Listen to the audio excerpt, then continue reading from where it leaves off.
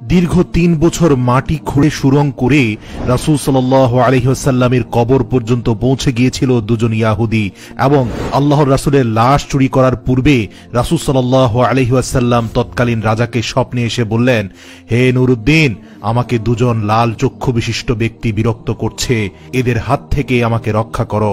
প্রিয় দর্শক, হিজরির ৫৫৭ সালে ইয়াহুদীরা চক্রান্ত করে রাসূল সাল্লাল্লাহু আলাইহি ওয়াসাল্লামের লাশ চুরি করতে নিয়েছিল মদিনা থেকে।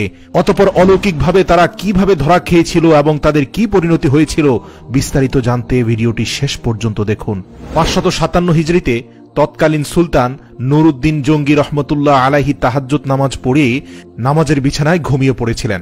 এমত অবস্থায় হঠাৎ তিনি স্বপ্ন দেখলেন রাসূল সাল্লাল্লাহু আলাইহি ওয়াসাল্লাম তার ঘরে উপস্থিত, এবং আল্লাহর রাসূল কোনো ভূমিকা ছাড়াই দুইজন নীল চক্ষু বিশিষ্ট লোকের দিকে ইঙ্গিত করে বললেন, ইয়া নুরউদ্দিন, এরা আমাকে বিরক্ত করছে, এই দুজনের থেকে আমাকে মুক্ত করো।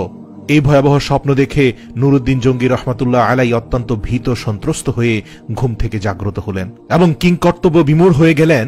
ভাবলেন এটি হয়তো কোনো দুঃস্বপ্ন। তাৎক্ষণিক তার মাথায় বিভিন্ন প্রকার চিন্তা ঘুরপাক খেতে লাগলো। তিনি ভাবলেন, আল্লাহর রাসূল সাল্লাল্লাহু আলাইহি ওয়াসাল্লাম তো এখন কবরের জীবনে, তার সাথে অভিশপ্ত ইয়াহুদীরা এমন কি ষড়যন্ত্র করতে পারে?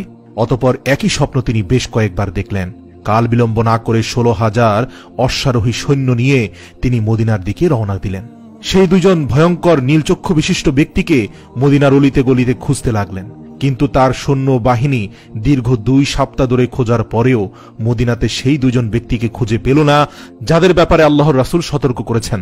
এরপর ১৭তম দিনে তিনি মদিনার চারপাশ সৈন্যবাহিনী দ্বারা ঘেরাও করে ফেললেন এবং আদেশ জারি করে দিলেন, যারা মদিনার বাইরে আছে তারা ভিতরে আসতে পারবে, কিন্তু মদিনা থেকে কোনো লোক বাইরে যেতে পারবে না। নুরউদ্দিন জঙ্গি রহমতুল্লাহ আলাই জুমার খুতবা প্রদান করলেন, ঘোষণা দিলেন, আমি মদিনার মানুষকে দাওয়াত দিয়ে একবেলা খাওয়াতে চাই। আমার অভিলাষ সকলেই যেন এই দাওয়াতে অংশগ্রহণ করে। এটি সুলতানের আদেশ। সুলতান মদিনাবাসীকে আপ্যায়নের জন্য বিশাল আয়োজন করলেন। নির্ধারিত সময়ে খাওয়া দাওয়া শুরু হলো এবং তৃপ্তি সহকারে মদিনার অলিগলির সকল মানুষ এসে খেলেন, কিন্তু সেই দুজন ব্যক্তিকে খুঁজে পাওয়া গেল না। এরপর তিনি বিশ্বস্ত বেশ কয়েকজনকে জিজ্ঞেস করলেন, আচ্ছা, আর কেউ কি অবশিষ্ট আছে যারা এখনো আমার আতিথেয়তা গ্রহণ করেনি? এই শুনে লক্ষাধিক জনতার মধ্যে এক ব্যক্তি হঠাৎ করে বলে উঠলেন, হুজুর, আমার জানা মতে সম্ভবত ২ জন লোক এখনো বাকি আছে যারা আল্লাহওয়ালা বুজুর্গ মানুষ।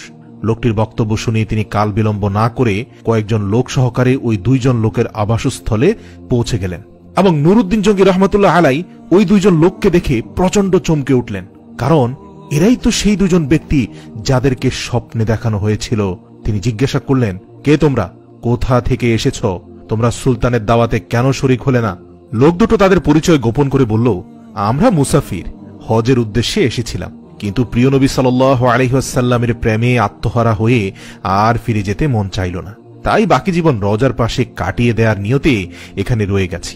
উপস্থিত জনগণ তাদের পক্ষ হয়ে বলল, হুজুর, এরা খুবই আল্লাহওয়ালা মানুষ, সারাদিন ইবাদত বন্দেগী করে। এরপর সুলতান কারো কথায় কান না দিয়ে তাদেরকে সেখানে আটকে রাখার নির্দেশ দিলেন। অতঃপর স্বয়ং তাদের থাকার জায়গায় গিয়ে খুব ভালো করে অনুসন্ধান চালালেন, কিন্তু সেই স্বপ্নের সাথে সম্পর্কিত কোনো কিছু সেখানে পাওয়া গেল না। এখনো রহস্য উদ্ঘাটন করতে না পারায় তিনি সীমাহীন চিন্তিত হয়ে পড়লেন। এক পর্যায়ে নুরউদ্দিন জঙ্গি রহমতুল্লাহ আলাই সেই ঘরের ভিতরে তার সঙ্গীদের বললেন, আচ্ছা, তাদের নামাজের মুসল্লাটি একটু উঠাও তো। সঙ্গীরা নির্দেশ পালন করল। নামাজের মুসল্লাটি বিছানো ছিল একটি চাটাইয়ের উপর। সুলতান আবারও নির্দেশ দিলেন, চাটাইটিও সরিয়ে ফেল। তারপর চাটাই সরানোর পর দেখা গেল সেখানে বিশাল এক পাথর। সুলতানের নির্দেশে সেই পাথরটিও সরানো হলো। এবার পাওয়া গেল একটি বিশাল সুড়ঙ্গ পথ, যা ধীরে ধীরে নবীজির রওজা মোবারক পর্যন্ত মাটির নিচ দিয়ে পৌঁছে গেছে। এই দৃশ্য অবলোকন করা মাত্র নুরউদ্দিন জঙ্গি বিজলির ন্যায় চমকে উঠলেন। অতঃপর লোক দুটোকে লক্ষ্য করে ক্ষিপ্ত সিংহের ন্যায় ঝাঁঝালো কণ্ঠে গর্জন করে বললেন, তোমরা সত্যি কথা খুলে বলো, নইলে এক্ষুনি তোমাদের মাথা থেকে গর্দান সরিয়ে দেব। বলো তোমরা কে? তোমাদের আসল পরিচয় কি? কেন এখানে এসেছ? সুলতানের কথায় তারা অত্যন্ত ঘাবড়ে গেল। কঠিন বিপদ সামনে দেখে তারা আসল পরিচয় প্রকাশ করল এবং বলল, আমরা ইয়াহুদি। ইয়াহুদিদের আস্তানা মুসল শহর থেকে আমাদেরকে প্রশিক্ষণ দিয়ে এখানে পাঠানো হয়েছে, যাতে রাসূল সাল্লাল্লাহু আলাইহি ওয়াসাল্লামের লাশ চুরি করে নিয়ে যেতে পারি এবং তা যেন ইউরোপীয় ইয়াহুদিদের হাতে হস্তান্তর করি। এই কাজে সফল হলে তারা আমাদেরকে আরো ধন সম্পদ দিবে বলে প্রতিশ্রুতি দিয়েছে। সুলতান বললেন, তোমরা তোমাদের পরিকল্পনা বাস্তবায়নের জন্য কি পদ্ধতি অবলম্বন করেছিলে, কিভাবে তোমরা কাজ করতে? তারা বলল, আমাদের নিয়মিত কাজ ছিল রাত গভীর হলে অল্প পরিমাণ সুড়ঙ্গ খনন করা এবং সাথে ওই মাটিগুলো চামড়ার মজকে ভর্তি করে অতি সন্তর্পণে মদিনার বাইরে ফেলে আসা। আজ দীর্ঘ 3 বছর যাবৎ এই মহাপরিকল্পনা বাস্তবায়নের কাজে আমরা অনবরত ব্যস্ত আছি। ঠিক যে সময় আমরা রওজা মোবারকের নিকট পৌঁছে গেলাম, মাটি খুঁড়তে খুঁড়তে আর একটু গেলেই রওজা মোবারকে পৌঁছে যাব, রাসূল সাল্লাল্লাহু আলাইহি সাল্লামের লাশ আমাদের হাতে চলে আসবে, ঠিক সে সময় ধরে আমাদের মনে হলো আকাশ যেন ভেঙে টুকরো টুকরো হয়ে যাচ্ছে, জমিন যেন প্রচন্ড ভূমিকম্পে থরথর করে কাঁপছে। আমরা কোনোভাবে আর মাটি খুঁড়তে পারলাম না। দীর্ঘ 1 বছর মাটি খোঁড়া বন্ধ করে শুধু পরিকল্পনা করছি, কারণ গর্তে প্রবেশ করলেই ভূমিকম্প শুরু হয়ে যায়। তাদের বক্তব্য শুনে সুলতানের চোখ দিয়ে পানি পড়তে থাকলো এবং তার কাছে সবকিছু পরিষ্কার হয়ে গেল। তিনি সেই 2 ইয়াহুদীকে নজিরবিহীন শাস্তির ব্যবস্থা করলেন। একটি বিশাল ময়দানে 20 হাত উঁচু একটি কাঠের মঞ্চ তৈরি করলেন। নির্ধারিত সময়ে লক্ষ লক্ষ লোক উক্ত মাঠে সমাবেত হল। সুলতান নুরউদ্দিন জঙ্গি রহমতুল্লাহ আলাই অপরাধী লোক দুটোকে লোহার শিকল দ্বারা আবদ্ধ করে মঞ্চের উপর বসালেন। তিনি লোকজনদের বিপুল পরিমাণে লাকড়ি সংগ্রহের আদেশ দিলেন।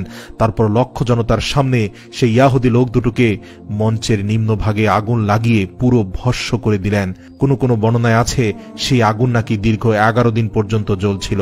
অতঃপর বিপুল পরিমাণ অর্থ ব্যয় করে 1000 মণ সীসা গলিয়ে রাসূল সাল্লাল্লাহু আলাইহি ওয়াসাল্লামের রওজা শরীফের চারপাশে মজবুত প্রাচীর নির্মাণ করে দেন, যেন ভবিষ্যতে আর কোনো ইয়াহুদী চক্রান্ত করে নবীজির লাশ চুরি করার দুঃসাহস না দেখাতে পারে।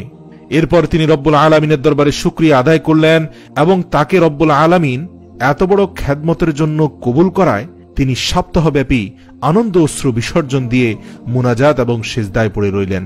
ইতিহাস থেকে পাওয়া যায় যে নুরউদ্দিন জঙ্গি রহমতুল্লাহ আলাই ইন্তেকালের পর ওসিয়ত মোতাবেক তার লাশকে রাসূল সাল্লাল্লাহু আলাইহি সাল্লামের রওজা মোবারকের কাছাকাছি দাফন করা হয়।